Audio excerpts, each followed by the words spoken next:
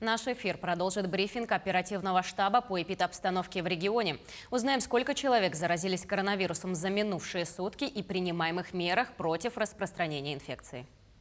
Ольга Валерьевна, здравствуйте. Расскажите о текущей эпидситуации у нас в республике. Добрый день, уважаемые жители Республики Саха-Якутия. Текущая санитарно-эпидемиологическая ситуация в республике по новой коронавирусной инфекции остается напряженной. За сутки в учреждении здравоохранения республики госпитализировано 86 человек, а с диагнозом новая коронавирусная инфекция накануне это составляло 109. Необходимо обратить внимание, что у большинства граждан, у которых зафиксирована новая коронавирусная инфекция, течение происходит в легкой форме, схожей с острыми респираторными заболеваниями, известными нам до этого в виде ангины и гриппа. Необходимо обратить внимание, что на настоящий момент в республике продолжается вакцинация. Первым компонентом привито 572 986 человек, что составляет 79,9% взрослого населения республики. Необходимо усилить в республике ревакцинацию в связи с тем, что сегодня по всем известным в Российской Федерации исследованиям научного характера, которые осуществляет медицинское сообщество, лица, которые являются ревакцинированными, в полной мере прошли всю процедуру вакцинации, более в легкой форме переносят новую коронавирусную инфекцию, либо она у них не фиксируется в целом. Необходимо обратить внимание, что режим, в котором работают наши учреждения здравоохранения, он, безусловно, является режимом повышенной готовности. А в течение этого периода времени, в том числе и за субботу и воскресенье, наши учреждения здравоохранения справлялись с поставленными перед ними задачами. Кроме того, работали достаточно плотно с обращениями граждан, которые поступают как на горячую линию Министерства здравоохранения, так и на Инстаграм и прямую связь главы Республики Саха-Якутия. В связи с чем еще раз обращаю внимание, что в случае, соответственно, признаков ОРВИ у граждан есть варианты обращения, предусмотренные сегодня у нас в республике. Это обращение на телефон 122, либо облачная поликлиника, либо медсеть, либо центр сопровождения поликлиник по вашему месту жительства. Наиболее сложной ситуацией из районов республики сегодня является ситуация в двух районах, в Мегино-Кангаласском и Хангаласском. Не менее сложной является ситуация в Намском районе. Все силы учреждений здравоохранения мобилизованы для разрешения этих сложившихся ситуаций. В связи с чем обращаем внимание на необходимость, соответственно, соблюдения норм, установленных указом главы Республики Саха-Якутия. Как вы знаете, началась у нас в пятницу добровольная вакцинация детей, и, соответственно, начали эту вакцинацию с вакцинации детей медицинских работников. В настоящий момент все ребятишки, которые были провакцинированы в пятницу вечером, мониторятся, чувствуют себя нормально. И, соответственно, мы ждем всех остальных на вакцинальных участках при согласии соответствующих родителей, для того, чтобы дети тоже могли пройти вакцинацию. И обращаем внимание на необходимость соблюдения требований по вакцинированию населения, и вообще для сохранения собственного здоровья. Спасибо, Ольга Валерьевна. Это был брифинг по эпидобстановке в Якутии, но мы идем далее и переходим к выпуску новостей. И вот основные темы. Специалисты Центра лучевой диагностики Республиканской больницы номер 2 обучили рентген-врачей основам интерпретации компьютерной томографии. Продолжается вакцинация детей и подростков от коронавируса. С конца той недели иммунизацию прошли более 25 детей. В Ленске успешно реализовывается программа переселения. В этом году должны расселить еще 570 квартир. Во время общей городской планерки сегодня, 31 января, глава Якутска Евгений Григорьев поручил главам управ, а также СГХ усилить контроль за проведением дезинфекции против коронавирусной инфекции в подъездах жилых домов. За последнюю неделю участились жалобы горожан на управляющие компании, которые некачественно проводят дезинфекцию, либо вообще ее не проводят. Прошу управы и СГХ взять вопрос на особый контроль, сказал Григорьев. В конце прошлого года открылся Центр лучевой диагностики с аппаратом компьютерной томографии. На базе центра прошли обучение рентген-врачи и лаборанты Намского, Чурапчинского и Усть-Алданского районов.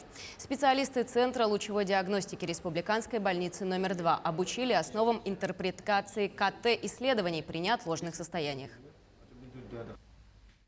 На семинаре я обучаю ребят основам интерпретации компьютерных томографических исследований именно при ургентных неотложных ситуациях, как надо быстро, правильно проанализировать компьютер-томографические снимки, как только человек поступил, обратился или поступил по скорой больнице, и следующим этапом является, если диагностика КТ, то при таких ситуациях, что в первую очередь надо замечать, что в первую очередь надо говорить врачу, и что в первую очередь описывать, и как все суммарно приведет к правильной тактике дальнейшего лечения.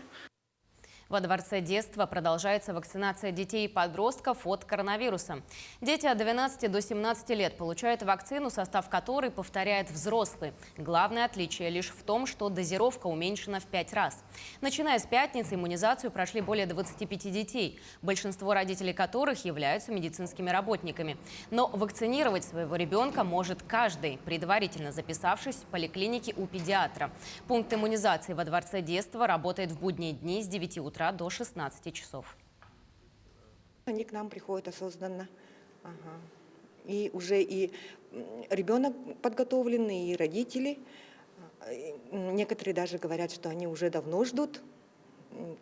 И вот с утра мы начинаем с 9, и в 8:30 тут уже стояли пациенты, ждали.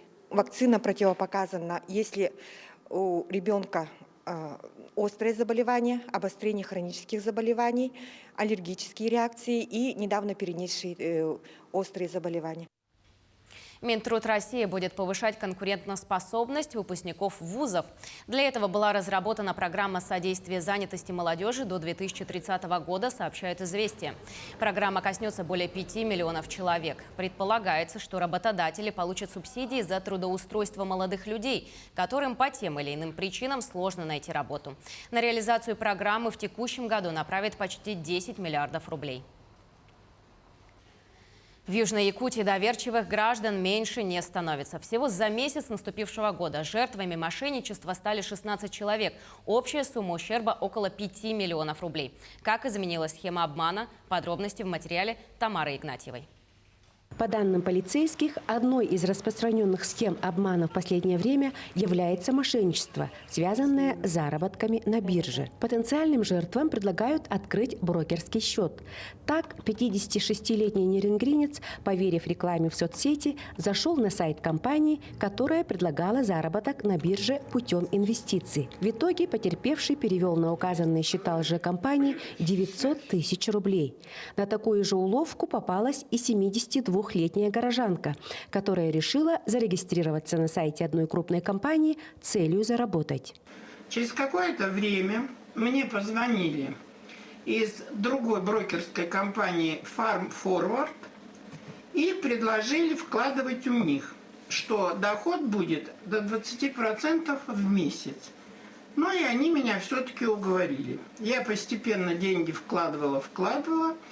Туда вложила я 505 тысяч уже, но это все деньги, какие у меня были. То, что жертвами мошенников становятся люди преклонного возраста, можно как-то попытаться понять. Но когда им становится человек более активного возраста, как, например, 47-летняя нерингринка, которая самовольно внесла на счет мошенников свои кровные в сумме 198 тысяч рублей, а затем крупную сумму, взятую в кредит. Такое сложно понять.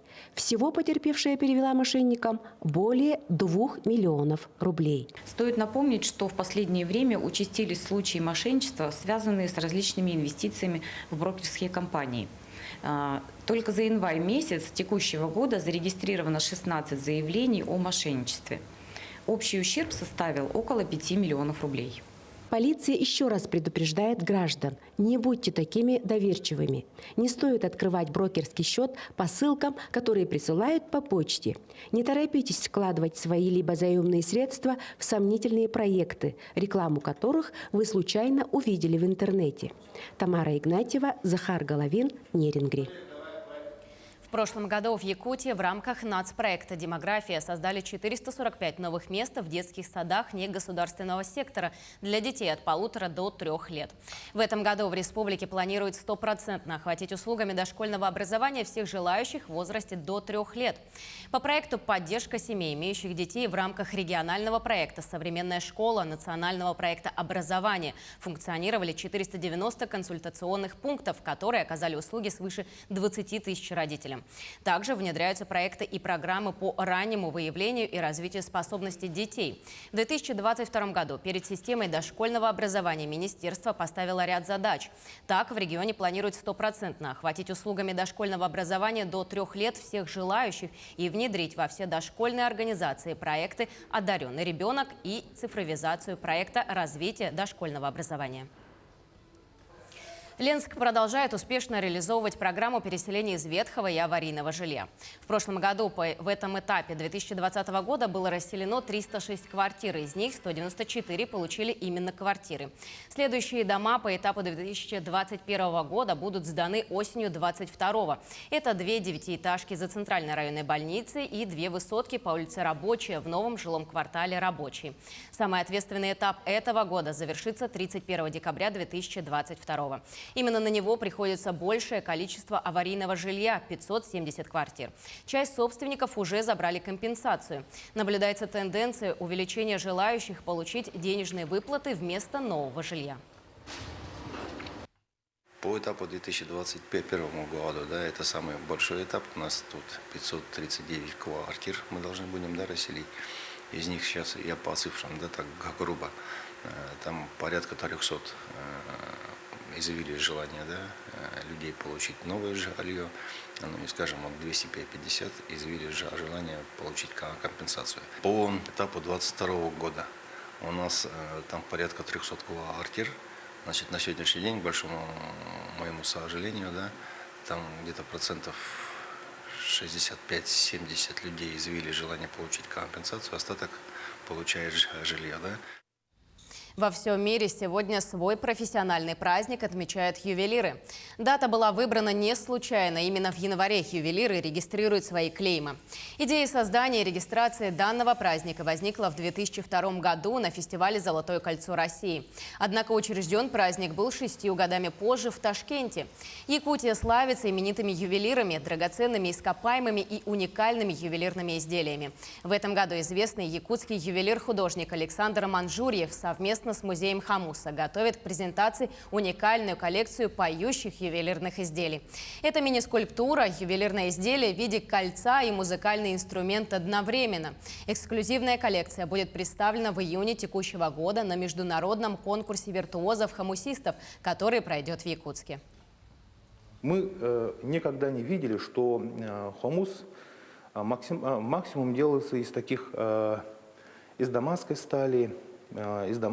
Есть свидетельство изготовления из серебра, но из такой белого золота, я думаю, что это первый такой инструмент. И исполнение, она очень такая уникальная. Мы очень хотим, чтобы этот предмет, первый предмет, который изготовил Александр, вошел в фонд нашего музея. На этом все. Мы продолжаем следить за развитием событий. Оставайтесь с нами.